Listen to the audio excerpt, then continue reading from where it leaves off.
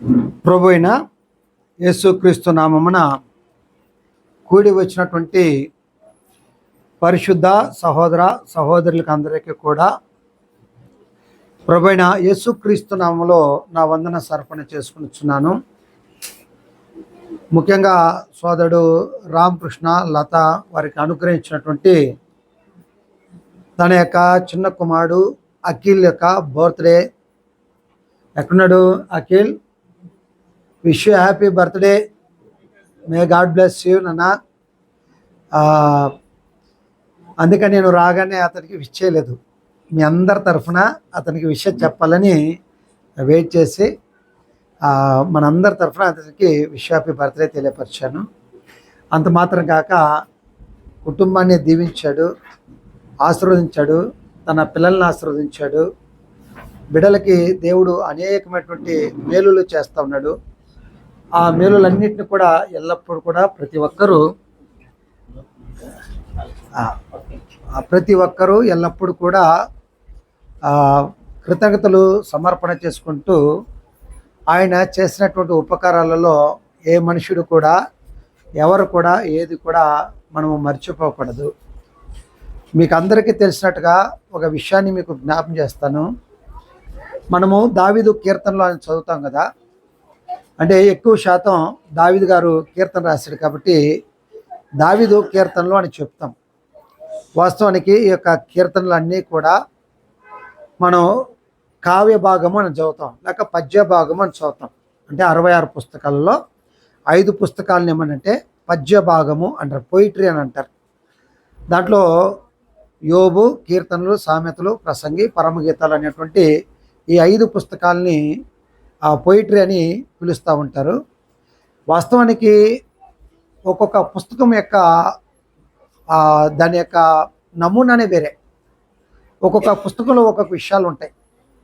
మీరు యోబు గారిని చూస్తే యోబు గారు ఎంతగా దేవుని చేత ఆశీర్వదింపబడ్డాడో, అపవాది చేత ఎలాగ శోధింపబడ్డాడో, ఆ తర్వాత దేవుడు అతన్ని రెట్టింపులుగా ఎలాగ ఆశీర్వదించాడో అనే విషయాలు అక్కడ రాయబడి ఉంటాయి. యోబు గ్రంథంలో ఆ విషయాలు మనం చూసుకోవచ్చు. మరి కీర్తనలు అని అంటామా, దావీదు గారు కంటే ముందుగా రాసినటువంటి కీర్తనకారుడు ఉన్నాడు. ఎవరైనంటే మోషే గారు కీర్తన రచించాడు. 90 కీర్తన, 91వ కీర్తన మోషే గారు రచించినటువంటి కీర్తనలు. అలాగే కీర్తన రాసి ఇశ్రాయేలుకు దాన్ని నేర్పించమని దేవుడు మన ద్వితీయోపదేశ కాలంలో 30వ అధ్యాయంలో మీరు చదువుకుంటే అక్కడ దేవుడే ఈ కీర్తన రాసి వాళ్ళ మీద సాక్షార్థంగా ఉండనట్లు ఈ యొక్క కీర్తనని రాయమని చెప్పాడు. కాబట్టి అలాగా కీర్తనలో దావీదు గారు ఎక్కువగా రాశారు కాబట్టి దీనిని ఏమంటారంటే దావీదు కీర్తనలు అని పిలుస్తూ ఉంటారు. మరి సామెతలో అన్నట్లయితే సొలొమోను యొక్క జ్ఞానాన్ని వివరిస్తూ ఉంది. అలాగే సామెతల గ్రంథంలో మరి ప్రసంగిలో మానవుని యొక్క జీవితం ఏ పాటిది, అది ఎంత విలువైంది అనేటువంటి మానవుని యొక్క జీవితాన్ని గురించి విషయాలు అద్భుతంగా మనకు 9వ అధ్యాయం నుండి చాలా విషయాలు చెప్తాడు. మరి ఇంకా పరమగీతాలు అంటామా, ఇర్మియా గారు రచించినటువంటిది ఏడుపు. అంటే యెరూషలేము ఎలాగ నాశనం అయిపోతూ ఉంది, ఆ ప్రజలు ఎలాగ పట్టబడుతున్నారు, వాళ్ళ గురించి చేసినటువంటి రోదన అనేటువంటిది ఆ కీర్తనలో ఆ యొక్క పరమగీతాలలో ఉంటుంది అన్నమాట. అంటే విలాప వాక్యాలలో పరమగీతాలలో ఆ యొక్క యెరూషలేము యొక్క దేవాలయం యొక్క గొప్పతనాన్ని గురించి రాసినట్టుగా మనము చూస్తాం. కాబట్టి ఇలాగ మనం ప్రతిదీ కూడా ఒక్కొక్క పుస్తకం దాని యొక్క ఉద్దేశాలు వేరు ఉంటాయి. కీర్తనల గ్రంథం అంటే మనమేమో అదొక కావ్య భాగమని ఆలోచించుకోకూడదు. ఒక పొయిటరీ లాగా, ఒక కవిత్వం లాగా కాదు ఇది ఉండేటువంటిది. వాస్తవానికి ఈ యొక్క కీర్తనలు అన్నీ కూడా ఏంటంటే, నేను ఎప్పుడు చెప్తాను, ఇశ్రాయేలు దేవునికి చేసినటువంటి ప్రార్థనలు. కీర్తనలు అన్నీ కూడా మీరు ఎక్కడైనా చదువుకోండి. ఇశ్రాయేలీయులు దేవునికి చేసినటువంటి ప్రార్థనలు. ప్రార్థన అని అనగానే మనకు అందరికీ తెలిసినటువంటి విషయం ఏంటి? ప్రార్థన అంటే అర్థం ఏంటి? అంటే ప్రార్థన అంటే అడుగుట అని అర్థం. అంటే దేవునితో అడుగుతా ఉన్నాము. మరి అడిగినటువంటి దాన్ని ఏమైంది? యేసుప్రభు అన్నాడు కదా, అడుగుడి మీకు ఇవ్వబడును, తట్టుడి మీకు తీయబడును, వెతుకుడి మీకు దొరుకును అని చెప్పాడు కదా. మరి అడుగు ప్రతివాడు కూడా పొందుతాడు అన్నారు కదా. మరి దేవుని చేత ఎంతమంది ఎన్ని మేలులు పొందారు? మరి మేలులు పొందితే దానిని మీరు ఎలాగ మీ హృదయంలో అనేటువంటి పలకల మీద రాసుకున్నారు? దాన్ని ఎలాగ స్థిరపరచుకున్నారు? దేవుని మీద ఎంతవరకు మీ విశ్వాసాన్ని పెట్టుకున్నారు? దేవుని మీద మీ యొక్క విశ్వాసాన్ని మీరు కాకోకుండా దాన్ని మీ పిల్లలకి ఎంతవరకు దాన్ని తెలియపరిచేటటువంటి చాలా ప్రాముఖ్యమైనటువంటిది. అలాగే యొక్క కీర్తనలో మీరు కానీ గమనించుకుంటే 102వ కీర్తన చూడండి ఒకసారి. నేను చెప్పకముందే ఒక మాటని 102వ కీర్తనలో మనం చదివితే మొదటి వచనం అంటాడు, యెహోవా నా ప్రార్థన ఆలకింపుము, నా మొర నీ యొద్దకు చేరనిమ్ము, నా కష్టదినమున నాకు విముఖుడివై ఉండకము అని అంటాడు. అంటే ఏమంటా ఉన్నాడు ఇక్కడ ఆయన? యెహోవా నా ప్రార్థన ఏం చెయ్యి, ఆలకించు అంటున్నాడు. అంటే అప్పుడు దేవుని దగ్గర ఏం చేస్తున్నాడు ఆయన? నా ప్రార్థన అంటే నా మాటలని నేనేమైతే అడుగుతా ఉన్నానో దానిని నీవు ఏం చేయమని అంటూ ఉన్నాడు ఆయన? ఆలకించు అన్నప్పుడు ఆ కింద మీరు కానీ చదువుకున్నట్లయితే ఆయన చేసినటువంటి ప్రార్థనకి మరి ప్రతిఫలం పొందడా? ఇప్పుడు ప్రతిఫలం దొరకదా అడిగినటువంటి దానికి మరి మనం పొందినటువంటి దాన్ని మనం ఏం చేస్తాం? దావీదు గారు అయితే ఏం చేస్తారంటే ఇది వచ్చేటువంటి తరము తెలుసుకోవాలని దాన్ని వాళ్ళ యొక్క చర్మపు చుట్టలో దాన్ని రాసి పెట్టాడు. మరి ఆయన ఎవరికి తెలియపరచడానికి? మీరు చూడండి, అక్కడ ఒక మాట అంటాడు 22వ వచనంలో, వచ్చు తరము తెలుస్తున్నట్లుగా ఇది రాయబడవలను అంటున్నాడు. ఏది రాయబడాలంట అమ్మా? ఏం రాయబడాలంట ఉన్నాడు? వాళ్ళు ఆయన దావీదు గారు యెహోవా నా మొర ఆలకించన్నాడే, నా ఎదుకు త్వరగా రమ్మన్నాడే, దానిని ఆయన రాసుకున్నాడు. ఏం మాట్లాడాడు దేవుని దగ్గర? ఒక చర్మపు చుట్టలో దాన్ని ఏం చేశాడు ఆయన? రాశాడు. ఇంకా మీరు మన ముందుకు అంతా చదువుకుంటూ పోతే ఆయన ఏం అడిగాడో దాన్ని ముఖ్యాంశంగా రాసి ఉంటాడు అక్కడ. మరి రాసిన తర్వాత అక్కడికి ఒక ఫుల్ స్టాప్, ఎక్కడికి కామ కాదు, అక్కడికి ఒక ఫుల్ స్టాప్ అయిపోయి ఉంటుంది. ఈ ఫుల్ స్టాప్ అయిన తర్వాత ఆయన అడిగాడు కదా దేవుని దగ్గర అడిగాడు కదా. మరి అడిగినటువంటి దాన్ని ఏం కావాలా? ఎవరు చెప్పలేదు. అంటే దానికి నేను పొందానా లేదనేటువంటిది ఏం కావాలా? నువ్వు నీ యొక్క జీవితంలో నువ్వు అనుభవించాలి. అందుకనే మనం కొరింథీ పత్రికలో దేవుడు పౌలు ద్వారా ఏమనంటే, దేవుడు చేసేటువంటి పనులు కంటికి కనబడవు, చెవికి కనబడవు, నీ హృదయానికి కూడా అది గోచరం కాకుండా దేవుడు చేస్తాడు. అంటే దేవుడు ఆ కార్యాన్ని నీ జీవితంలో చేశాడనేటువంటి దాన్ని మరి నీకు అర్థం కాకోకుండానే ఆయన చేస్తాడు. ఎందుకంటే మనుషులు ఏదైనా ఒక ఉపకారం చేశారనుకోండి, నేనే ఈ మనుషునికి నేను ఉపకారం చేశాను అని చెప్పి అందరి దగ్గర తన గురించి ఏం చేసుకుంటూ ఉంటాడు? గొప్పగా డప్పాలు కొట్టుకుంటూ ఉంటాడు. కాబట్టి నేనే చేశాను, నేనే ఈ స్థితికి తీసుకొచ్చానని గొప్ప చెప్పుకుంటూ ఉంటాడు. అందుకని అబ్రహాం గారు ఏమన్నాడు సొదొమ రాజుతో? ఆయన ఈ ఆస్తిని అంతటినీ నువ్వు పట్టుకెళ్ళిపో, ప్రజలు మాత్రం నాకు ఇమ్మంటే అబ్రహాం గారు ఏమాట అన్నాడు చెప్పండి ఒకసారి చూద్దాము. నీ వలన నేను ఐశ్వర్యవంతుడైతే ధనవంతుడైతేనని నువ్వు ఎక్కడనూ చెప్పకున్నట్లు అప్పట్లో చెప్పుల యొక్క వారు చాలా విలువైంది. ఏదే కాళ్ళకి వేసినటువంటి చెప్పులు ఉన్నాయే దాని యొక్క వారు విలువైంది. ఆ చెప్పుల వారును కూడా నీ దగ్గర నుండి నేనేం చేసుకోను, తీసుకొని అన్నాడు. ఎందుకంటే నీ వలన నేను ఐశ్వర్యవంతుడైతేనని నువ్వు ఎక్కడ కూడా చెప్పుకున్నట్లు చెప్పుల వారు కూడా నేనేం చేయ నీ దగ్గర నుండి తీసుకున్నాను. అంటే మనుషుడు ఏదైనా ఉపకారం చేస్తే, ఏదైనా మేలులు చేస్తే, లేక ఒక స్థితి నుండి ఒక స్థితికి ఒక వ్యక్తి మారాడంటే నేనే ఇతను గొప్ప చేశాను, ఈ స్థితికి ఉండడానికి నేనే కారణమని తను తాను గొప్పగా డప్పాలు కొట్టుకొని చెప్పుకుంటూ ఉంటాడు. అయితే దేవుడు ఏ కార్యం చేసినా తాను ఈ కార్యం చేశానని నీ యొక్క చెవికి వినబడదు, నీ హృదయానికి అర్థం కాదు. అలాగే దేవుడు తన యొక్క కార్యాన్ని ఏం చేసేస్తూ ఉంటాడు? ఆటోమేటిక్గా చేసేస్తాడు. నీ హృదయం కూడా గోచరం కాదు. అప్పుడు అంటే నువ్వేమనుకుంటే ఏ మా పెద్దలు చేసినటువంటి మంచి కార్యమో ఆ కర్మఫలాన్ని మేము అనుభవిస్తున్నాము, మేము ఎవరికి కీడు చేయలేదండి, అందుకే అన్ని మేలు మాకు జరిగాయి అని అంటారు. అదంతా జరిగినటువంటిది ఎవరి వల్ల కాదు, దేవుడని యెహోవాను నువ్వు అడిగావు. అడిగిన దానికి దేవుడు ఏం చేస్తాడు? నీకు ప్రత్యుత్తరాన్ని ఇచ్చాడు. దాన్ని ఎవరు మాత్రమే విశ్వసించగలుగుతారంటే ఒక క్రైస్తవుడు విశ్వసిస్తాడు, ఒక క్రైస్తవురాలు విశ్వసిస్తారు. దేవుని వల్ల నేను సహాయం పొందానేటువంటి విషయాన్ని గుర్తించుకొని అతడు నెక్స్ట్ ఏం చేయాలో తెలిసినా, మరి దావీదు ఏం చేశాడో తెలిసినా, కీర్తనల గ్రంథం చూడండి ఒకసారి. కీర్తనల గ్రంథాన్ని మనం తీసుకుందాము. 34వ కీర్తనలో మీరు చదివి చూడండి ఒకసారి. అక్కడ ఏమంటే 11వ వచనాన్ని ఆలోచన చేసి చూడండి ఏమంటున్నాడు. 11వ వచనంలో, పిల్లలారా మీరు వచ్చి నా మాటలు ఆలకించుడి. ఎవరితో చెప్తా ఉన్నాడు? ఎవరితో చెప్పుకుంటా ఉన్నాడు? మనం ఎంతవరకు చెప్తున్నాం? ఇది దేవుడైన యెహోవా ఇశ్రాయేలుకు ఇచ్చినటువంటి ఆజ్ఞలలో ఒక ఆజ్ఞ. ఏంటి? ఓ ఇశ్రాయేలు వినుము, నీ పూర్ణ హృదయంతోనో, నీ పూర్ణ ఆత్మతోనో, నీ పూర్ణ శక్తితోనో, నీ పూర్ణ వివేకంతో నీ దేవుని నువ్వేం చేయాలా? ప్రేమించాలి. మరి నువ్వు త్రోవను నడుచున్నప్పుడు, కూర్చున్నప్పుడు, పండుకున్నప్పుడు దేవుడు నీకు చేసినటువంటి మేలుని గుర్చే పిల్లల దగ్గర ఏం చేసుకుంటా ఉండాలా? మాట్లాడుతుండాలి. మరి ఇక్కడ కూర్చున్నటువంటి మనం అందరం కూడా ఎంతవరకు మన పిల్లల దగ్గర ఈరోజు మనము ఈ స్థితిలో ఉన్నామంటే, ఈరోజు ఈ యొక్క వస్త్రాన్ని మనం ధరించామంటే, ఈరోజు ఈ మంచి ఆహారాన్ని మనం భుజించగలుగుతూ ఉన్నామంటే, ఈరోజు ఈ యొక్క ఉన్నతమైనటువంటి గృహంలో మనం నివసించుకోగలుగుతూ ఉన్నామంటే, ఇదంతా కూడా ఎలాగ మనకు దొరికినటువంటిదే? మీ నాన్నగారు చాలా కష్టపడి సంపాదించేశాడు, మీ అమ్మగారు చాలా కష్టపడి పనిచేశారు, అవునా? ఆ శక్తిని, ఆ బలాన్ని, ఆ కష్టం చేయడానికి నీకు సహాయం చేసినటువంటి వాడు ఎవరు? ఏది మనం పొంది ఉన్నా ఈరోజు మనం కలిగి ఉన్న సమస్తం కూడా ఎవరి ద్వారా మనం కలిగి ఉన్నామనేటువంటి విషయం అర్థం చేసుకోవాలి. దేవుని ద్వారా సమస్తాన్ని మనకు కలిగి ఉంది. కాబట్టి ఆ పిల్లలు ఆ యొక్క మాటల్ని తమ పిల్లలకి ఏం చేయాలి? చెప్పాలి, నేర్పించాలి, వాళ్ళ దగ్గర ప్రాక్టీస్ చేయాలి. మరి దావీదు గారికి చాలామంది భార్యలు ఉంటే ఏమవుతారు? చాలామంది పిల్లలు కూడా ఉన్నారు.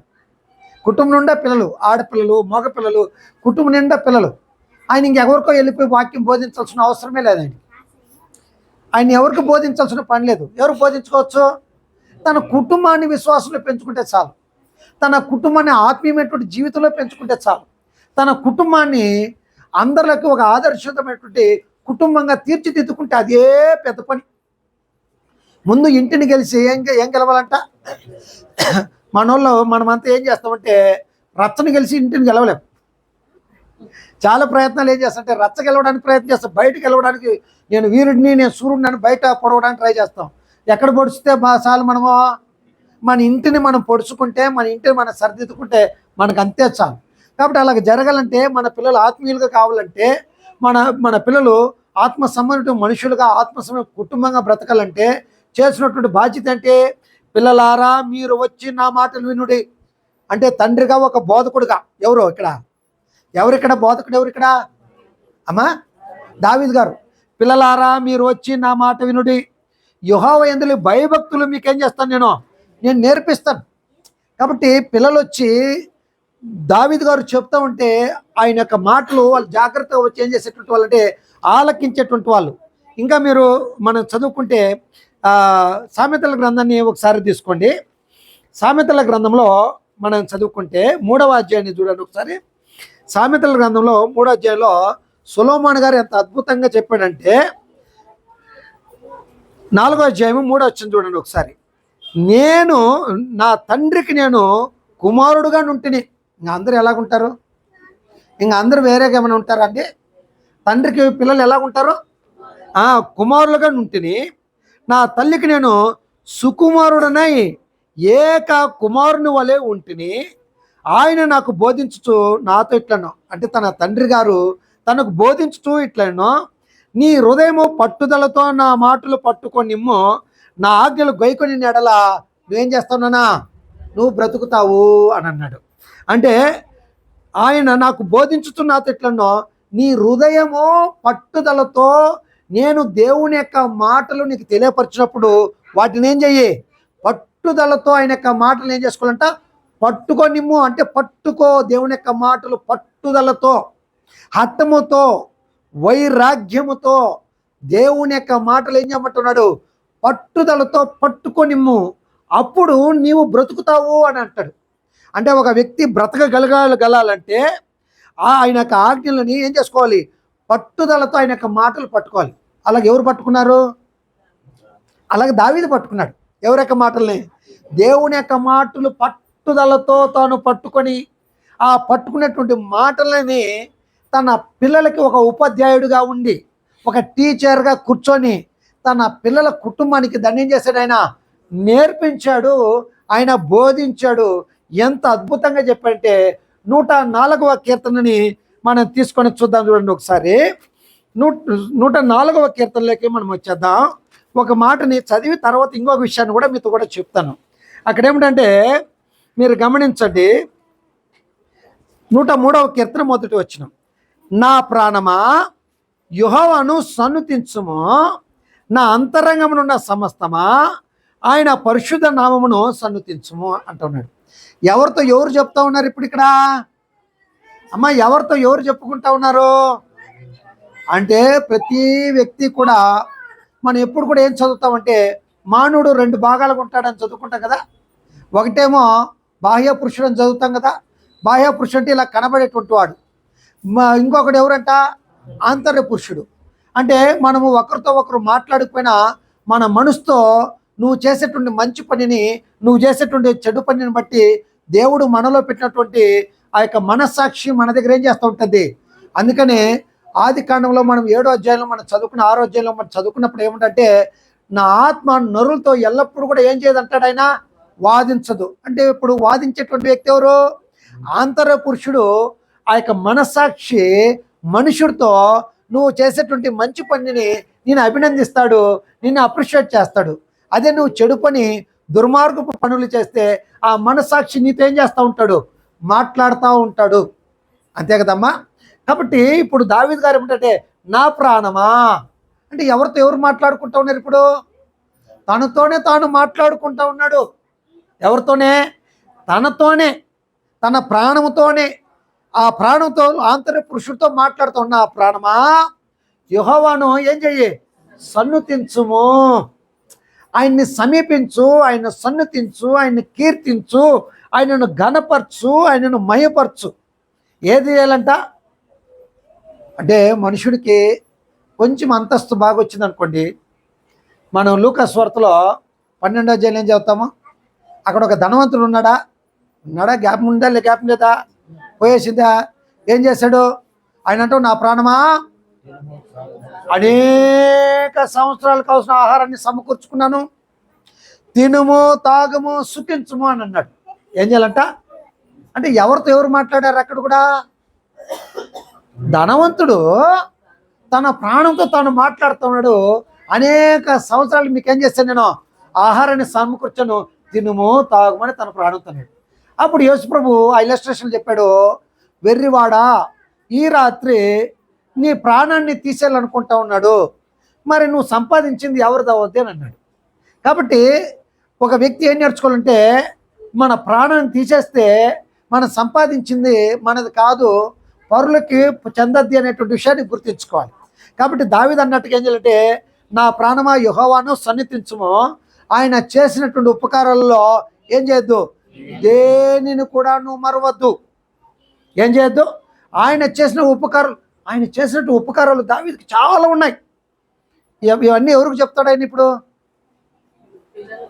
పిల్లలే చెప్తాడు. అందుకనే సొలొమోను చాలా స్మార్ట్ అయ్యాడు. నా తల్లికి నేను చాలా సుకుమారుడిని ఉంటాను. సుకుమారుడు అంటే ఏకైక కుమారుడు బెత్షెబాకు. ఆ ఎంత అల్లారు ముద్దుగా ఆ బిడ్డని సాక్కునిందో తెలీదు, ఎంత అద్భుతంగా సాక్కునిందో తెలీదు.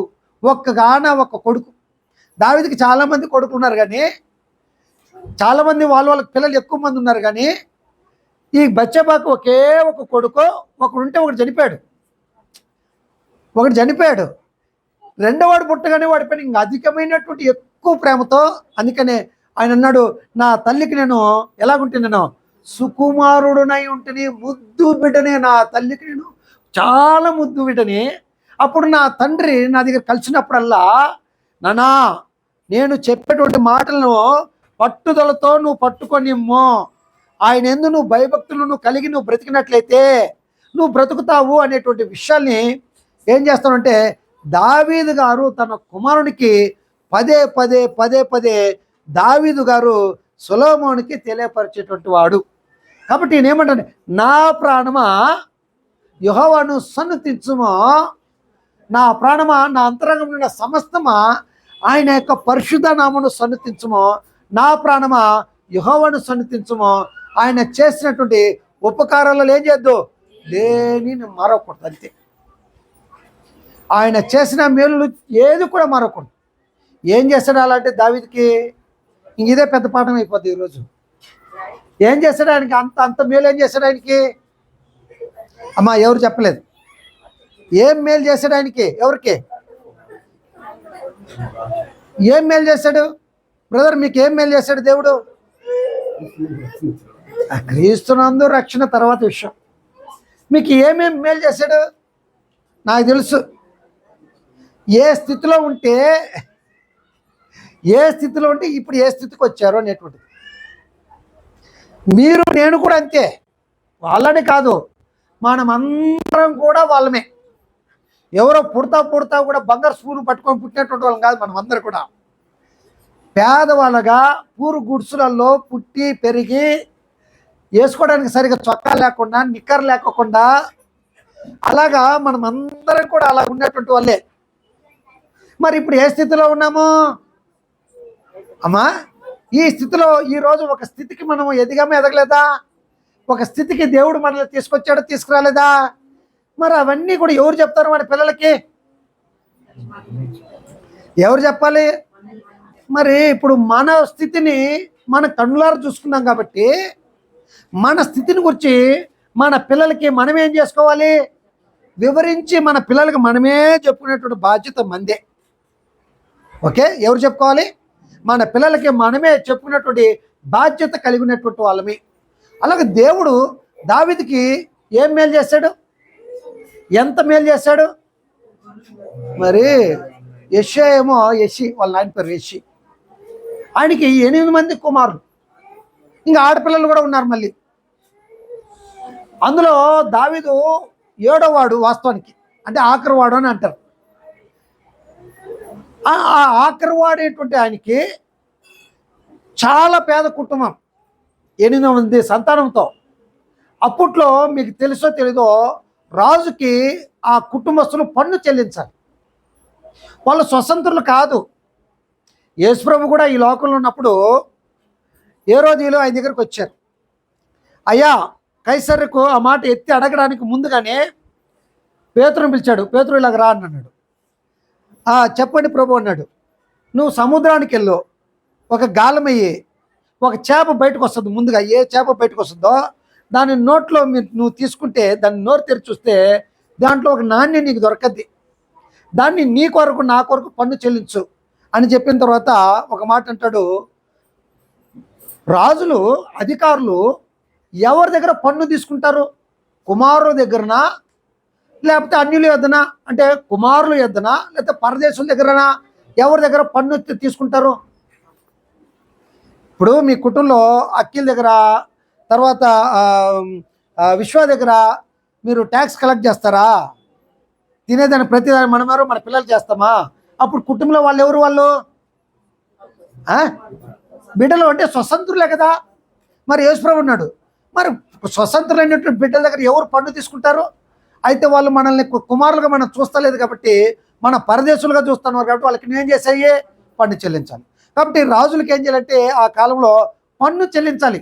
ప్రతి దేశ పౌరుడు ఏం చేయాలంటే పన్ను అనేటువంటిది చెల్లించాలి, ట్యాక్స్ అనేటువంటి వాళ్ళు చెల్లించాలి. అలాగా ఈ యొక్క యెషీ వచ్చి కుటుంబము సౌలు రాజుకి దాసులైపోయారు. అందుకనే దేవుడు ముందుగానే 8వ అధ్యాయంలో ఆ రాజు ఎలాగుంటాడో, మిమ్మల్ని ఎలా పరిపాలన చేస్తాడో విషయాలన్నింటినీ ముందుగానే ఏం చేశాడంటే సమూయేలు గ్రంథంలో ఆ సంగతులన్నింటినీ కూడా ఆయన తెలియపరిచేశాడు.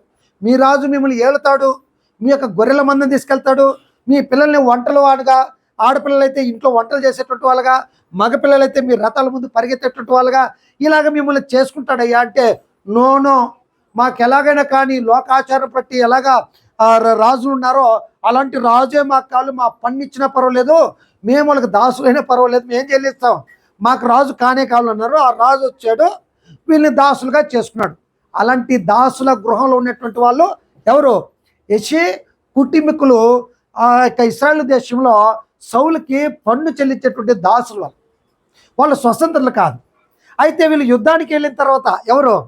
సౌలు యుద్ధానికి, ఫిలిస్తీన్ల పైన యుద్ధానికి వెళ్ళిన తర్వాత ఒక చాటింపు చేశాడు. 40 రోజులు జరుగుతుంది, యుద్ధం ఏమీ జరగలేదు. ఆ గొలియాతు రావడం, వీళ్ళు వెనక్కి చూడడం, పారిపోవడం వాళ్ళ గుడారాలకి. అప్పుడు ఒక చాటింపు వచ్చింది. ఏమని? ఎవరైతే ఈ యొక్క గొలియాతుతో యుద్ధం చేసి జయిస్తారో వాళ్ళకి నా కుమార్తెనిచ్చి వివాహం చేసిస్తాను, నెంబర్ 1.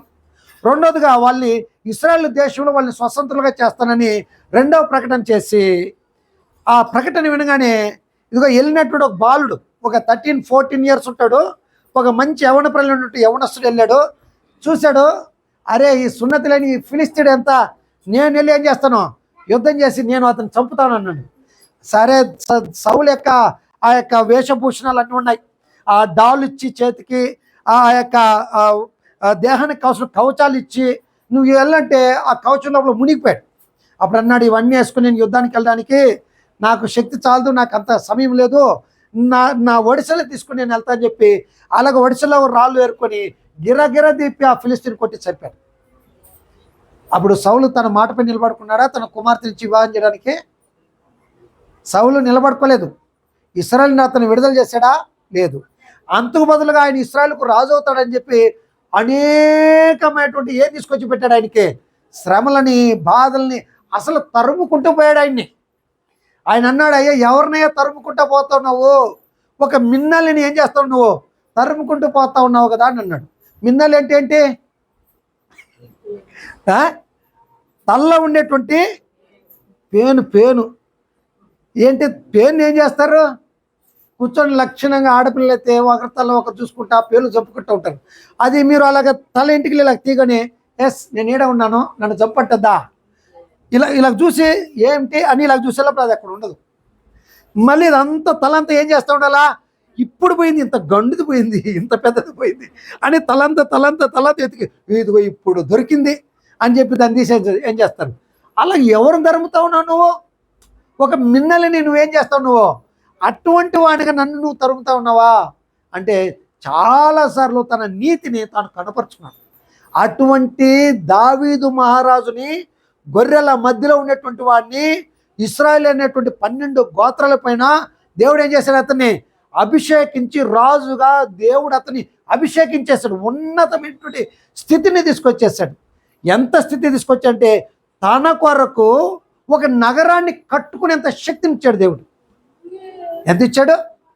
తన కొరకు ఒక నగరం కట్టుకున్నాడు. తన కొరకు ఒక నగరం కట్టుకోవడం కాదు, ఆ నగరం మీద ఎక్కి ఇలాగ తొంగి ఇలాగ చూస్తాడు, చుట్టుపారు చూశాడు, ఎంత బాగుందా, ఎలాగుందా నా నగరం అని. ఇలాగ చూస్తే దేవుని యొక్క మందిరం ఇంకా డేరాలో కనబడింది.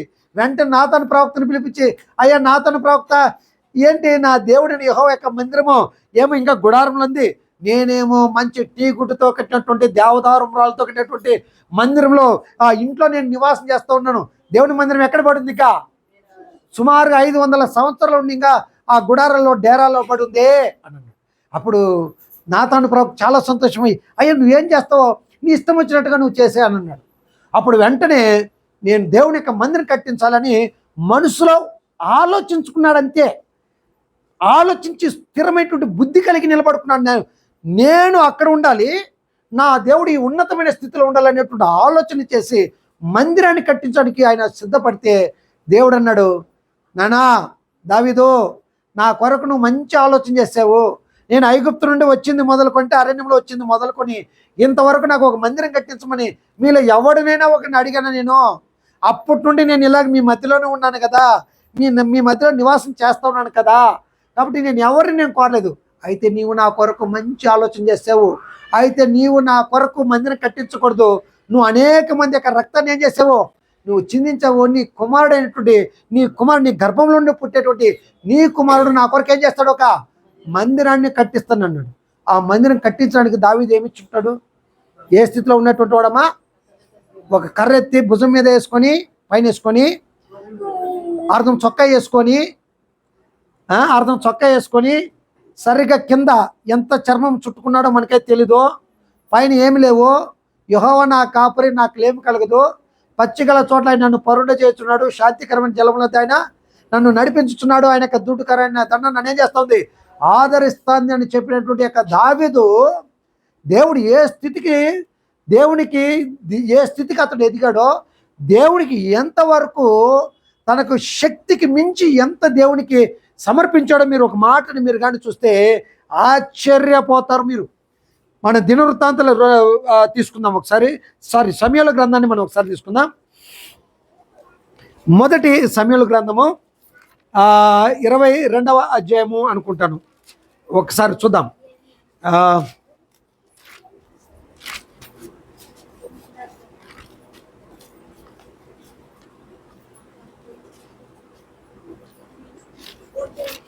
రెండవ సమూయేలు గ్రంథం చూడండి. రెండవ సమూయేలు గ్రంథము 20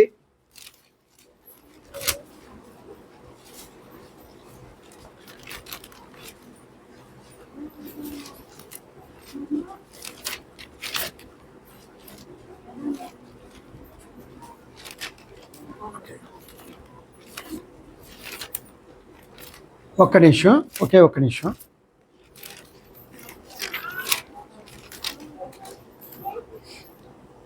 దినవృత్తాంతాల గ్రంథం చూడండి ఒకసారి. దినవృత్తాంతాల గ్రంథము, మొదటి దినవృత్తాంతాల గ్రంథము 22వ అధ్యాయం. మొదటి దినవృత్తాంతాల గ్రంథము 22వ అధ్యాయం 14వ వచనాన్ని మీరు చూడండి. ఇదిగో ఏమి స్థితిలో అంట? 22వ అధ్యాయం అమ్మ, 22వ అధ్యాయము 14వ వచనం. ఇదిగో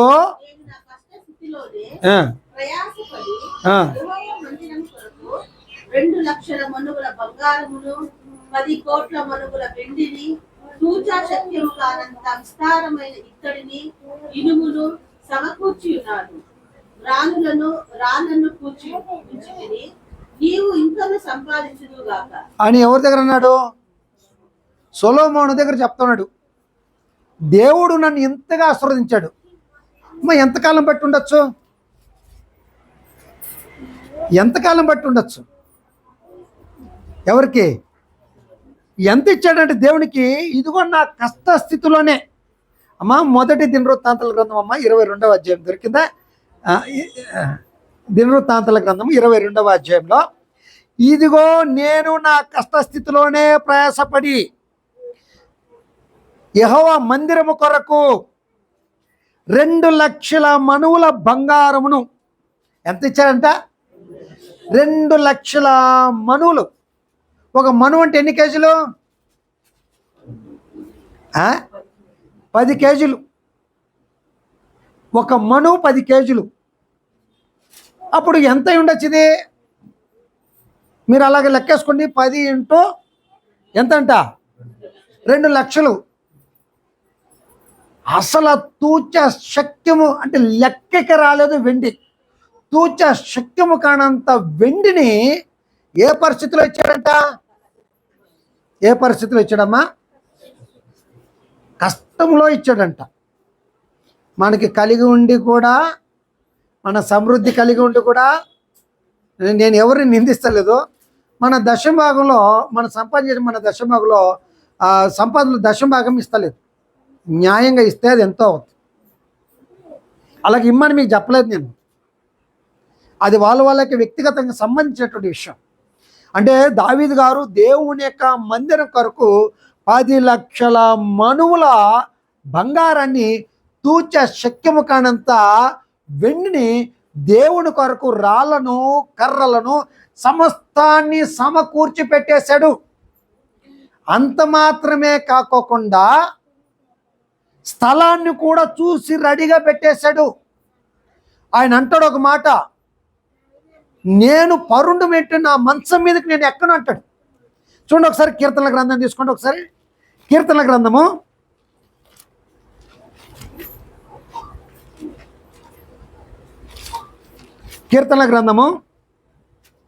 132వ కీర్తన. ఈ కీర్తనకారుడు అంటూ ఉన్నాడు, యెహోవా 132వ కీర్తన మొదటి వచనం, యెహోవా దావీదునకు కలిగిన బాధలన్నిటినీ అతని పక్షమున జ్ఞాపం చేసుకున్నాము. దావీదు గారు రాసింది కాదు. దావీదు గారికి వచ్చినటువంటి సమస్యలన్నింటినీ, ఆయన యొక్క కష్టస్థితిని ఎవరు జ్ఞాపం చేసుకుని అంటున్నాడు? చేసుకున్నాము, జ్ఞాపం చేసుకున్నాము. అతడు యెహోవాతో ప్రమాణపూర్వకంగా మాట ఇచ్చి ఏమిచ్చాడంటే దేవునికి, అమ్మా దేవునికి ఏమిచ్చాడంట? ప్రమాణపూర్వకంగా మాట ఇచ్చి యాకోబు యొక్క బలిష్ఠునికి మ్రొక్కుబడి చేసుకొనినో. ఎట్లనగా, యెహోవాకు నేను ఒక స్థలము చూచు వరకు, యాకోబు యొక్క బలిష్ఠునికి ఒక నివాస స్థలము నేను చూచు వరకు ఏం చేయాలంట ఉన్నాడు? చదవండి ఇప్పుడు, అక్కడ ఉందా లేదా? నా వాస స్థానమైన గుడారంలో నేను ప్రవేశించను. అంటే ఒక పెద్ద నగరాన్ని కట్టుకున్నాడని చెప్పాను కదా. ఏం కట్టుకున్నాడమ్మా? ఇల్లు కాదు కట్టుకునింది, లేక బంగ్లా కాదు కట్టింది, విల్లాలు కాదు కట్టుకునింది, ఒక నగరాన్ని కట్టాడు. ఒక బెంగళూరు నగరాన్ని కట్టుకున్నాడు. అది ఇప్పటికి దొరికింది ఆర్కియాలజికల్ దాన్ని సర్వే చేస్తే దాంట్లో దొరికింది ఒక నగరం. ఇప్పుడు చాలా చోట్ల మీరు చూస్తే అక్కడ ప్రిస్టేజ్ గ్రూప్స్ అని రాసి ఉంటారు. లోపల ఒక నగరాన్ని కట్టుకుని ఉంటారు వాళ్ళు. అన్ని వసతులు ఉంటాయి. స్విమ్మింగ్ పూల్ మొదలుకొని, సినిమా థియేటర్లు మొదలుకొని, కొన్నిసార్లు షాపింగ్ మాల్స్ మొదలుకొని మొత్తము ఇంక ఇంట్లో అక్కడ నుండి బయటకు రావాల్సిన అవసరమే లేదు. అంత పెద్దది. మీరు సౌదీలో, యూఏలో ఇప్పుడు చూస్తే ఒక ఎడారిలో కొన్ని కిలోమీటర్లకి ఇలాంటి విలాస్ పెద్దదే కడుతున్నారు. దాంట్లోనే అన్నీ ఉంటాయి. మెట్రో ట్రైన్ కూడా ఉంది అక్కడే. ఏం పెట్టేశారు? Metro train. అంత పెద్దది. ఇప్పుడు బుర్జ్ ఖలీఫా చూస్తాం కదా, అలాంటిది కొన్ని ఎకరాలకి కట్టేస్తున్నారు. ఒకే నిడువుగా స్ట్రైట్గా ఎడారిలో కడుతున్నారు. అంత పెద్దది. అలాగే ఒక నగరాన్ని ఏం చేసుకున్నాడు? తన కొరకు కట్టుకున్నాడు. మరి ఇప్పుడు ఏమంటా ఉన్నాడు? దేవుని మందిరాన్ని చూసిన తర్వాత ఇప్పుడు ఏమంటే డిసైడ్ అయిపోయాడు? చెప్పలేదు మీరు. అయిపోయింది, ముగించేస్తా. నేను నా ఇంటికి రిబ్బన్ కటింగ్ చేయను. నేనేం చేయను? ఇంకా నో ఇల్లు ఓపెనింగ్. నాతోనో నా ఇల్లు నాది ఇలాగే ఉండాలి, ఈ నగరం ఇలాగే ఉండిపోవాలి, అంతే. నేను నా ఇంటికి ఏం చేసుకున్నాను? నా నివాసస్థలమైన గుడారంలో నేను ప్రవేశింపను. అంటే గృహప్రవేశం లేదు. నేను పరుండు మంచం మీదకి ఎక్కను. నేను ఎక్కడికి ఎక్కను? రాజు కట్టించుకున్నట్టు ఒక మంచం. నా యొక్క మంచం మీదకి నేను ఏం చేయను? నేను ఎక్కడ పైకి మంచం పెట్టి నా గృహంలో నేను ప్రవేశించను. నా మంచం మీదకి ఎక్కను. అప్పుడు ఏమంటాను చూడండి, నా కనులకు నిద్ర రానియను, నా కనురెప్పలకు కునుగుపాటు రానియను. అది ఎఫ్రాతులో ఉన్నదని నేను వింటిని. అంటే స్థలము ఎఫ్రాతులో ఉందని మేమేం చేస్తుంది దాని గురించి మేము వింటిమి. యాయారు పొలంలో అది దొరికెను. ఆయన నివాసమునకు పోదుము రండి, ఆయన పాదపీఠం మీద సాగిల పడదము రండి అని అంటున్నాడు. అంటే దేవుని యొక్క మందిరం కొరకు స్థలాన్ని నుండి స్థలము చూసింది మొదలుకొని దానికి కట్టడానికి రాణులను వెండి బంగారము పని వాళ్ళని అందరిని మొత్తం సిద్ధం చేసి ఇచ్చి, దేవుడు నువ్వేం చేద్దు, నాకు మందిరం కట్టద్దన్నాడే, అక్కడికి ఓల్డ్ అయిపోయి ఆ మందిరము కట్టడానికి తన కుమారుడైన సొలొమోను చేతికి అప్పగించాడు. అంటే దేవుడు ఏ స్థితిలో నుండి కొన్ని లక్షల మణువుల బంగారాన్ని తూచా శక్యం కానంత వెండినిచ్చేంత ఉన్నతమైనటువంటి స్థాయికి దేవుడు ఏం చేశాడు? అమ్మా ఎవరు చెప్పలేదు, పోయింది పాఠం. పోయిందా?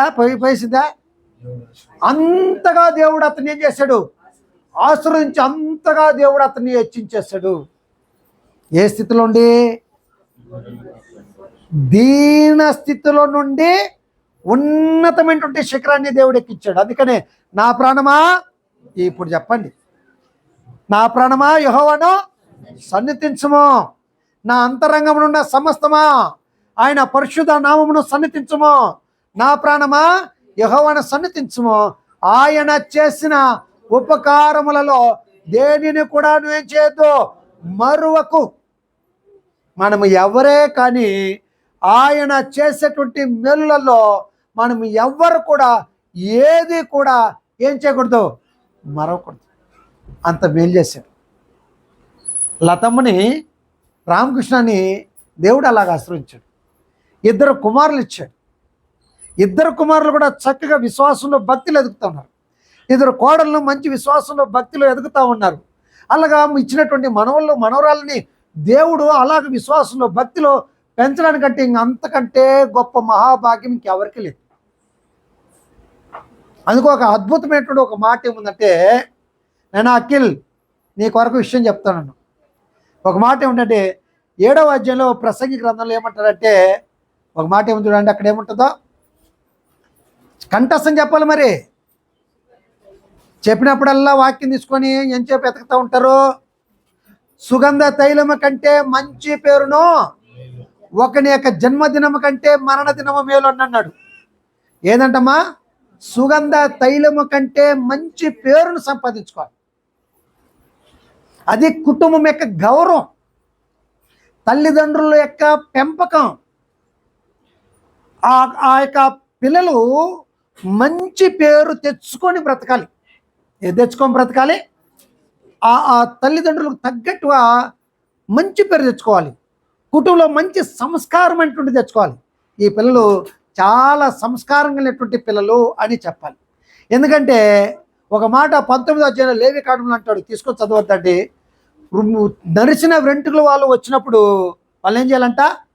లేచి నిలబడుకొని వాళ్ళ ముఖం మీద వాళ్ళని ఘనపరచాలి, వాళ్ళని సన్మానించాలి. అది ఏమంటే కుటుంబం యొక్క సంస్కారం, తల్లిదండ్రులు తమ బిడ్డలకి నేర్పించినటువంటి సంస్కారము. కాబట్టి సుగంధ తైలము కంటే ఏం సంపాదించుకోవాలి? సుగంధ తైలం ఏం చేస్తుంది? తైలం ఎంతవరకు? చాలా సువాసనలు ఉన్నాయి తీసుకుంటే. దాంట్లో 10వ అధ్యాయంలో ప్రసంగంలో చెప్పాడు, కొంచెము తైలములో ఈగలు పడటం వలన అది చెడు వాసన కొట్టును అని అంటాడు. అంటే దాంట్లో ఏం పడుకోకుండా చూసుకోవాలి? చచ్చినటువంటి ఈగలు పడుకోకుండా చూసుకోవాలి. అంటే చచ్చినటువంటి ఈగలు పడటం అంటే మన వ్యక్తిగత జీవితాన్ని ఎలాగైనా డ్యామేజ్ చేసేటువంటి వాళ్ళు కొంతమంది ఉంటారు. పోయిన కాడికల్లా ప్రతి చోట ఏం చెప్పంటే వాడు బాగలేదు, వాడు కుటుంబం బాగలేదు, వాడి జీవితం బాగలేదు. వాడు ఎటువంటి వాడో నీకు తెలుసా? ఎక్కడికి పోయినా వాళ్ళ గురించి మాట్లాడిందే వాళ్ళకి నిద్ర పట్టదు. అంటే వాళ్ళ యొక్క వ్యక్తిగత జీవితాన్ని ఎలాగ డ్యామేజ్ చేద్దామా, వాళ్ళ కుటుంబాన్ని ఎలాగా చేద్దామంటే అది వాళ్ళు చేసేటువంటి డ్యామేజ్ కాదు, మీకు తెలీదు. అది మంచి చేస్తున్నాం మన గురించి అడ్వర్టైజ్మెంట్. అది ఎలాగా? ఫ్రీగా మనం డబ్బులు ఇవ్వకుండానే మన గురించి వాళ్ళు చెప్తా ఉన్నారు. అక్కడ ఏం జరగద్దో తెలిసినా, పలానా వాళ్ళ కుటుంబం బాగలేదు అంటూ ఉన్నాడంటే మరి ఈయన కుటుంబం ఎలాగుంది, ఈయన పిల్లల కుటుంబం ఎలాగుంది, ఈయన ఎలా బ్రతుకుతూ ఉన్నాడు అంటే ఈయన గురించి ఈయనే చెప్పుకుంటా ఉన్నాడు అనేది అక్కడేమైపోద్ది? అక్కడ బహిర్గతం అయిపోద్ది అన్నమాట వాళ్ళ యొక్క జీవితాలు. కాబట్టి ఏం సంపాదించుకోవాలి? సుగంధ తైలం ఎంత పరిమళం ఇస్తుందో సుగంధ తైలం కంటే మంచి పేరును సంపాదించుకోవాలి. సామెతల గ్రంథము 22వ అధ్యాయం మొదటి వచనం ఏముంది? గొప్ప ఐశ్వర్యము కంటే మంచి పేరు మేలు. నన్ను ఏం తెచ్చుకోవాలి? గొప్ప ఐశ్వర్యం మనకు అవసరం కావాలి. అది నీకు కావాలని నీ దేవుని తెలిస్తే దావీదుని కదా హెచ్చించినట్టుగా నీ కుటుంబాన్ని హెచ్చిస్తాడు, నీ చేతి పనిని ఆశ్రయిస్తాడు, నేను అభివృద్ధిలోనికి తీసుకొస్తాడు. అది నీకు కావాలని తెలుసు. యేసుప్రభు చాలా సంగతులు చెప్పేశాడు. ఇంకా చెప్తా ఉంటే మీరు కాళ్ళు పట్టకపోతాయి, మీకు చెప్పుకుంటూ పోతూ ఉండొచ్చు. యేసుప్రభు ఎంత అద్భుతంగా చెప్పేసంటే ఆ యొక్క ఇశ్రాయేలు ప్రజలందరూ పిలిచి ఆయన అంటున్నాడు, ఒక్కసారి ఆకాశంలో చూడండి, ఆ పక్షులు ఉన్నాయి కదా, ఆ పక్షులు ఏం చేస్తూ ఉన్నాయి? ఆ భూమిని కష్టపడి ఉదయమున తీసుకెళ్ళి పైన నేగలేసుకొని భూమిని అలా దున్నుతూ ఉన్నాయి కదా, దున్ని మృదువు చేసి దాంట్లో విత్తనాలు విత్తుతూ ఉన్నాయి. ఏంటి? పక్షులు విత్తుతాయమ్మా. ఆకాశ పక్షులు చూడండి, ఆ విత్తవు, కోయవు, కొట్లు, వాటి కొట్లే లేవు, అవి కొట్లలో కూర్చుకొను, ఆయనను పరలోకపు తండ్రి వాటిని పోషించలేదా? అడవి పువ్వులు చూడండి, పువ్వులు, ఆ పువ్వులంట ఒక్క పువ్వు, ఒక్క ఫ్లవర్, ఒకే ఒక పువ్వుకున్నటువంటి అందం, దాని యొక్క వైభవం, దాని యొక్క గొప్పతనం, దాని యొక్క ఉన్నత స్థాయి అంట. సొలొమోను సైతము తన జీవితంలో అంత గొప్ప ఐశ్వర్యవంతుడు ఒక పువ్వుకున్నటువంటి ఆ యొక్క వైభవాన్ని తన జీవితంలోనే అతడు పొందలేదంట. అంత ఆ పువ్వులకి దేవుడు అంత అందాన్ని ఇచ్చాడే కదా, మరి దేవుడు మీకు వస్త్రాలు ఇవ్వడా? అయితే ఒకే ఒక పని చేయమన్నాడు. ఏం చేయాలంటమ్మా? మొదట ఆయన రాజ్యాన్ని, నీతిని వెతుకుడి, ఆయన సంఘాన్ని వెతకండి, ఆయన యొక్క సంఘం ఏదో తెలుసుకోండి. యేసుప్రభు లోకంలో ఉన్నప్పుడు చెప్పేశాడు, ఆయన మరణించడానికి ముందుగా చెప్పాడు. పేతురు దగ్గర అన్నాడు, మరియు నీవు పేతురు అంటే 2 పదాలు వాడారు, పెట్రాస్ అంటే 2 పదాలు వాడారు. పెట్రాస్ అనే పదం వాడబడింది పేతురుకి. పెట్రాస్ అంటే రాయి అని అర్థం గ్రీకు పదంలో. పెట్రా అంటే బండ. ఆ బండ ఎవరంటే యేసుక్రీస్తు. ఆయన అంటే మరియు నువ్వు పేతురువు ఈ క్రీస్తు అనేటువంటి బండ మీద ఏం కట్టుకుంటానో నా సంఘాన్ని కడతాను అని అన్నాడు. అప్పుడు సంఘం ఎవరిది అమ్మా? క్రీస్తు ప్రభుది. ఎవరిది కాదు అమ్మా? ఎవరిది కాదు? మనుషులది కాదు. క్రీస్తు ప్రభు వెలబెట్టి కొన్నటువంటి తన యొక్క సంఘం తనది అని అన్నాడు. తన రక్తాన్నిచ్చి కొన్నటువంటి తన సంఘం. కాబట్టి అది క్రీస్తు ప్రభుది, మెథడిస్ట్ది కాదు, రోమన్ క్యాథలిక్ది కాదు. అది ఎవరిది? అది క్రీస్తుది. ఆ రాజ్యం ఏదో వెతకాలి, ఆ సంఘం ఏదో, రాజ్యం అంటే ఆ సంఘం ఏదో వెతకాలి. మానవుడికి అందుకే భోజనం పెట్టి వస్త్రాలు ఇచ్చి ఈ ముక్కులో శ్వాస పీల్చడానికి దేవుడు అనుమతిని ఇచ్చాడు. చనిపోయే లోపల ఆయన యొక్క సంఘం ఏదో తెలుసుకోవాలి. ఆయన నీతి అంటే ఏదమ్మా? ఏది నీతి? ఈ నూతన నిబంధన చట్టం. ఈ నీతి ఎలాగుందో ఈ నీతిని ఏం చేయాలా? దివారాత్రంలో దాన్ని ధ్యానించువాడు ధన్యుడు. అటువాడు నీటి కాలున ఏరు నాటబడింది, ఆకు వాడక తన కాలమందు ఫలమిచ్చు చెట్టు వలె ఉండును. ఆయన యొక్క నీతి, ఆయన యొక్క చట్టం, ఆయన యొక్క నీతిని, రాజ్యాన్ని ఏం చేసుకోవాలి? మనం వెతకాలి. వెతికితే ఇదిగో ఇవన్నీ కావాలని ఎవరు తెలుసు? దేవునికి తెలుసు. అలాగే దావీదు అరణ్యంలో గొర్రెల మంద మేపుకుంటూ నా ప్రాణమ యెహోవాను సన్నిధించుము, నా అంతరంగం ఉన్న సమస్తం ఆయన పరిశుద్ధమును సన్నిధించుము, నా ప్రాణమ యెహోవాను సన్నిధించుము, ఆయన చేసిన మేలలో దేని కూడా నువ్వు చేయొద్దు, మరువకము. ఆయన చేసేటువంటి మేలు దేని కూడా ఏం చేయకూడదు. అలాగే అరణ్యంలో పైన చొక్కా లేకోకుండా గొర్రెల మధ్యలో వండుకొని దేవునికి ప్రార్థనలతో పట్టుదలతో ఆయన యొక్క మాటలు విని నేర్చుకొని విశ్వాసంతో బ్రతికితే దేవుడు దీనస్థితి నుండి ఉన్నతమైన స్థితికి ఏం చేశాడు? ఆయన హెచ్చింప చేశాడు. ఈరోజు మనం కూడా అంతే. దేవుని యొక్క రాజ్యాన్ని, ఆయన నీతిని మనం వెతికి ఆయన కొరకు మనం కష్టపడితే, ఆయన కొరకు మనం ప్రయాసపడితే, ఆయనకి నీతిని నేర్చుకోవడానికి మనం ప్రయత్నం చేస్తే దేవుడు మన కుటుంబాన్ని ఈజీగా ఏం చేసేస్తాడు? మన జీవితాలు, వ్యక్తిగతమైన జీవితాన్ని, కుటుంబ జీవితాన్ని, స్థానిక సంఘ జీవితాన్ని దేవుడు ఏం చేసేస్తాడు? ఆశీర్వదించి అభివృద్ధి పరుస్తాడు. కాబట్టి అలాగ మనం ఆశీర్వాదకరంగా, అభివృద్ధికరంగా మనం బ్రతకాలంటే దేవుని యొక్క మాటలు పట్టుదలతో పట్టుకొని, వైరాగ్యంతో పట్టుకొని మనం ఏం చేసుకోవాలి? ముందు కొనసాగాలి. అలాగే ఈ కుటుంబాన్ని దేవుడు ఆశీర్వదించాడు. వీరితో పాటు వీరి కుటుంబానే కాదు, మనందరి కుటుంబాలు కూడా ఆశీర్వదించాడు. ఇంకా ఆశీర్వదిస్తాడు కూడా దేవుడు. ఎప్పుడు? పట్టుదలతో ఆయన యొక్క మాటలు పట్టుకొని, ఆయన యొక్క నీతిని, ఆయన యొక్క రాజ్యాన్ని వెతుకుతూ మనం ముందు కొనసాగినట్లయితే మనల్ని, మన కుటుంబాన్ని కూడా ఆశీర్వదిస్తాడు దేవుడు. అలాగా ఆశీర్వాదకరంగా మనం బ్రతకాలని, అలాగే ఆశీర్వదించిన ఈ కుటుంబాన్ని, వీళ్ళ యొక్క పిల్లల్ని, వీళ్ళు కలిగినటువంటి మనవరాలని, వాళ్ళ యొక్క ఇద్దరు కోడలని దేవుడు ఆశీర్వించి తన యొక్క కృపలో వారిని నడిపించుగాక. విన్న వాక్యాన్ని మన మనసులో, హృదయంలో పెట్టుకుందాం. ఆ వాక్యాన్ని అనుసరించి మనం బ్రతకడానికి ప్రయత్నించాలని ప్రేమతో హెచ్చరిస్తూ నన్ను నేను హెచ్చరించుకొని చిన్న వాక్యాన్ని ముగిస్తాను. అందరికీ నాకు హృదయపూర్వకమైనటువంటి వందనాలు. Thank you very much.